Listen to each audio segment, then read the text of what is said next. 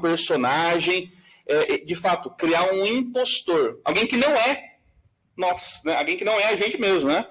É um pouco sobre isso, né, Adriano, que a gente vai tentar falar nisso, né, baseado nessas necessidades. Existe uma tendência atual, né, acho que até com as redes sociais isso aumentou um pouco, né, porque na rede social é mais fácil ainda, né, de criar um personagem, um avatar. Então, basicamente, o impostor é essa figura, ou essas figuras que a gente tenta criar por algum motivo. A gente vai entender os porquês aqui durante o programa, não é isso? Isso daí sempre existiu, né? Se a gente olhar a vida dos santos aí, quantas vezes foi chamada a atenção deles, né? Seja por algum diretor espiritual ou até mesmo espiritualmente, né? Foi tocado nesse assunto. E aí hoje a gente percebe uma explosão, né? Porque você falou, a rede social, o que você encontra nas telas é um personagem, né? É para onde a gente está caminhando, né? O metaverso. Nossa. Então, cada vez mais... o universo dos impostores. Isso, é o universo onde você... É o que você quiser. Então, e aí... mas é claro que com isso as doenças psicológicas, né? A psicologia...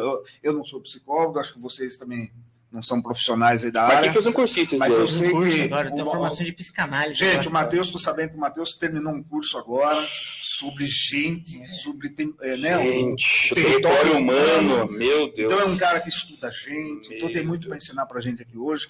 Então a psicologia, a psiquiatria tem catalogado muita coisa nova, muita doença psíquica, né? E a igreja sempre acompanha esse estudo aí do que, na verdade, vai se tornando uma coisa fantasiosa, né? A pessoa vai criando dentro da sua vida aquele personagem e começa a viver aquele personagem. Vive aquele personagem. Já para começar, né? Talvez você está aí vivendo a sua vida normal. A pergunta é: será que de repente você, ou eu, ou nós, né, não estamos nos relacionando com as pessoas como personagens?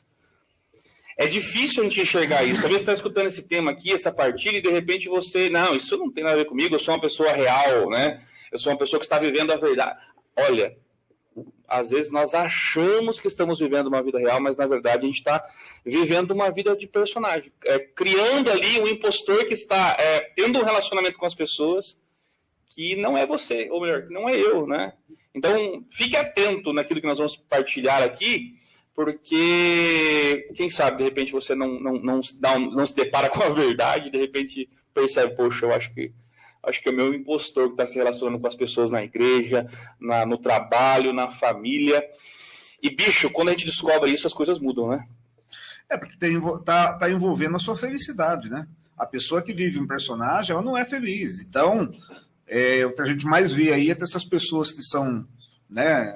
Quando a gente vive, né, um personagem, nada nos satisfaz. A gente está vivendo em cima de um personagem irreal que surgiu das nossas feridas emocionais, daquilo que vem lá na nossa infância, daquilo que vem da nossa vivência com o pai, com a mãe, com as carências que vieram.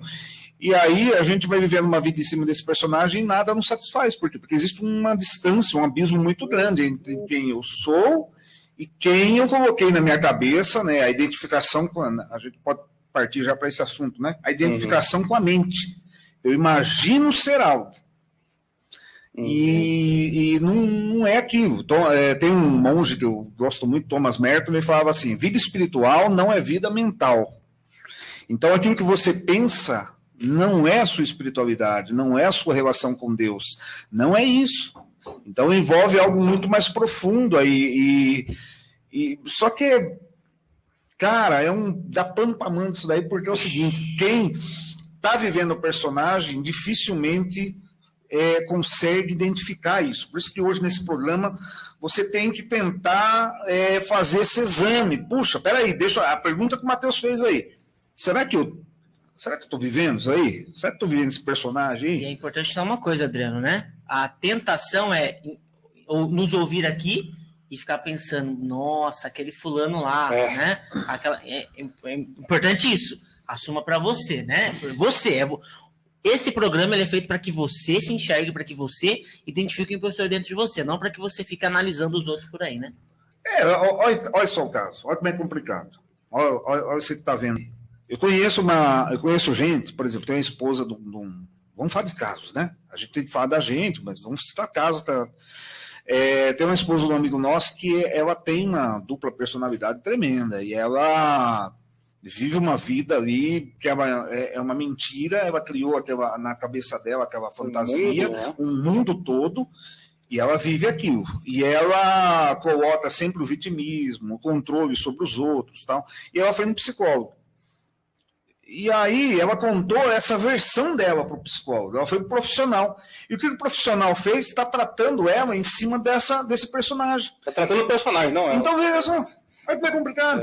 Se você não identificar, puxa, o problema está naquilo que eu estou vivendo. Mas aí está a pergunta. Como que a gente identifica que... Eu, né, por exemplo, eu estou escutando agora aqui. Como eu faço para eu identificar que eu estou vivendo, de repente, uma vida de personagem? Tem como a gente... traçar, de repente, olhar alguns parâmetros, né? Puxa, será que... Como saber se o impostor está dentro de mim? Como saber se existe um impostor dentro de mim? Você pensa nesse sentido?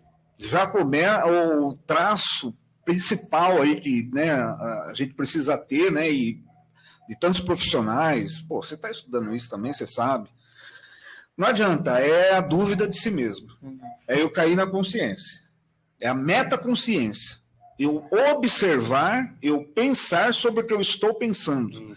Eu observar a minha vida e com exame de consciência e quando a gente vai falar do religioso, a gente vai falar muito de certos tipos de oração, como a espiritualidade teresiana, inaciana traz, né?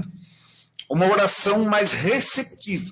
Tem pessoas que elas passam uma vida inteira, olha você que está assistindo aí, não sei se você está assistindo de dia, de noite, não sei quando você vai ver isso aqui. Mas olha só, tem pessoa que passa 20 anos rezando, 20 anos buscando Deus, 20 anos fazendo certos ritos, 20 anos ali, e ela não conhece Deus de verdade. Por quê? Porque ela nunca teve um encontro e uma vida de oração receptiva. O que ela faz são rituais.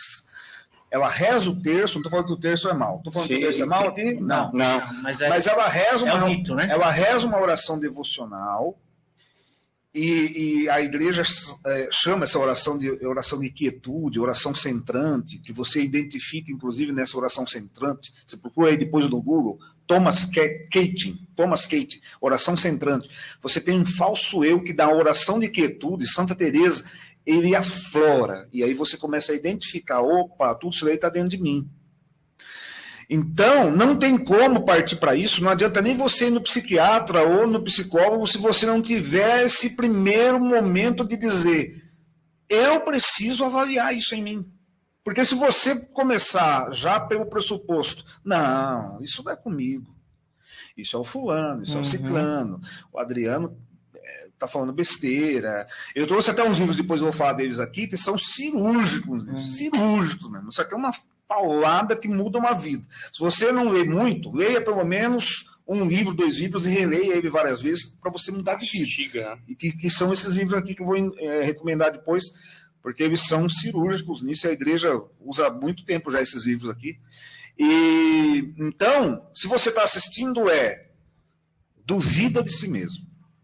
Sai dessa casca. Esse livro aqui vai falar como se fosse imagina uma coisa em equilíbrio, me ajuda aí, uma bússola, um nível. Ele fala de quatro opostos, né? Força e fraqueza, amor e afirmação. Para qualquer desses lados que a coisa pender mais, há um desequilíbrio que afeta toda a sua vida e vai influenciar na sua felicidade. Então, o que a gente está falando aqui não é para acusar ninguém. Sim. É para falar para você o seguinte, você pode ser feliz, mas você tem que viver a sua identidade.